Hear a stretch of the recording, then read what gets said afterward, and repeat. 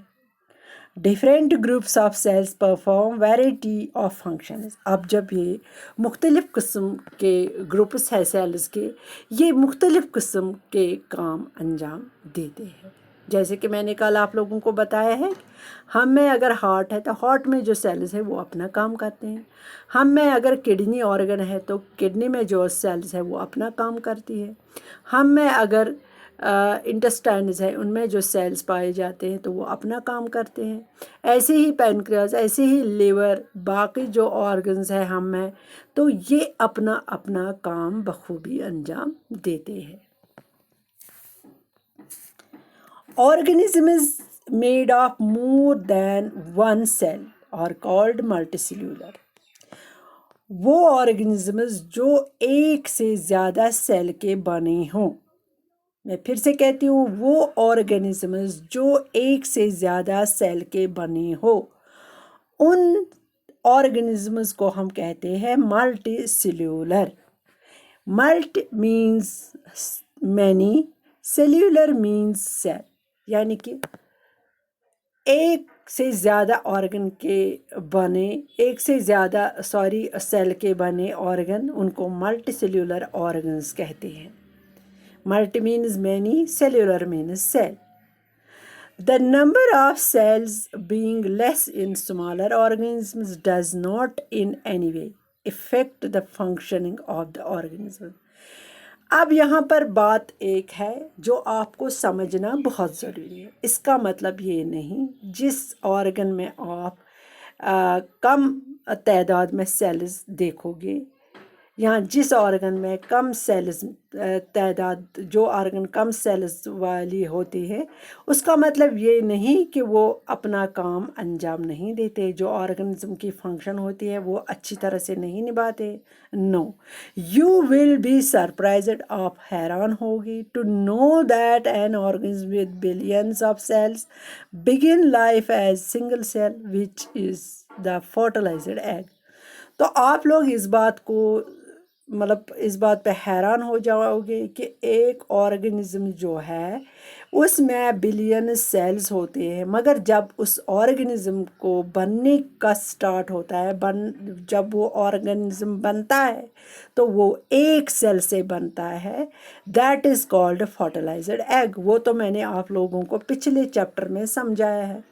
جیسے ہم اگر اپنی بات کریں گے، ہم میں بہت سارے سیلز پائے جاتے ہیں، ٹریلینز آف سیلز ہم میں ہیں، مگر بنے ہم بس ایک سیل سے. That is the fertilised egg. یہ میں نے آپ لوگوں کو پہلے چیپٹر میں پڑھایا ہے. The fertilised egg cell multiplies and the number of cells increases as development proceeds. ہوتا کیا ہے؟ یہی فرٹیلائزڈ ایگ جو ہوتی ہے، یہ جب ایک ہوتی ہے، میں آپ کو یہاں پر سمجھاؤں گی. یہ فرٹیلائزڈ ایگ جب اتنی ہوتی ہے تو یہی ڈیوائیڈ ہوتی ہے بہت سارے ایگز میں. ایسے یہ ڈیوائیڈ ہوتی ہے بہت ساری سیلز میں، یہ ڈیوائیڈ ہوتی ہے تو ایک آرگن کی صورت اختیار کرتا ہے. ایسے ہی یہی فرٹیلائزڈ ایگ جو ہے، اسی سے پھر انکریز ڈیولپمنٹ ہوتی ہے، یعنی کہ ڈیولپمنٹ پروسیڈ ہوتی ہے. جب سیل انکریز ہوتی ہے، ان کا نمبر بڑھ جاتا ہے تو ڈیولپمنٹ پروسیڈس، ڈیولپمنٹ بھی ہوتی جا رہی ہے. تو look at figure A and B. آپ لوگوں کو ذرا اس شکل پر اے پر اور بی پر دیکھنا ہے. آپ ذرا غور سے دیکھو. Both organisms are made up of a single cell. یہ جو آپ نیچے دو سیلز دیکھ رہے ہو، یہ دونوں سیلز بنی ہیں ایک سیل کی، یعنی کہ ان میں بس ایک سیل ہے. The single celled organisms are called unicellular. یہ جو سنگل سیلڈ والی کوئی بھی آرگنزم ہو، ان کو ہم یونی سیلولر آرگنزم کہتے ہیں. یونی کا مطلب ہوتا ہے ون. یونی کا مطلب ہوتا ہے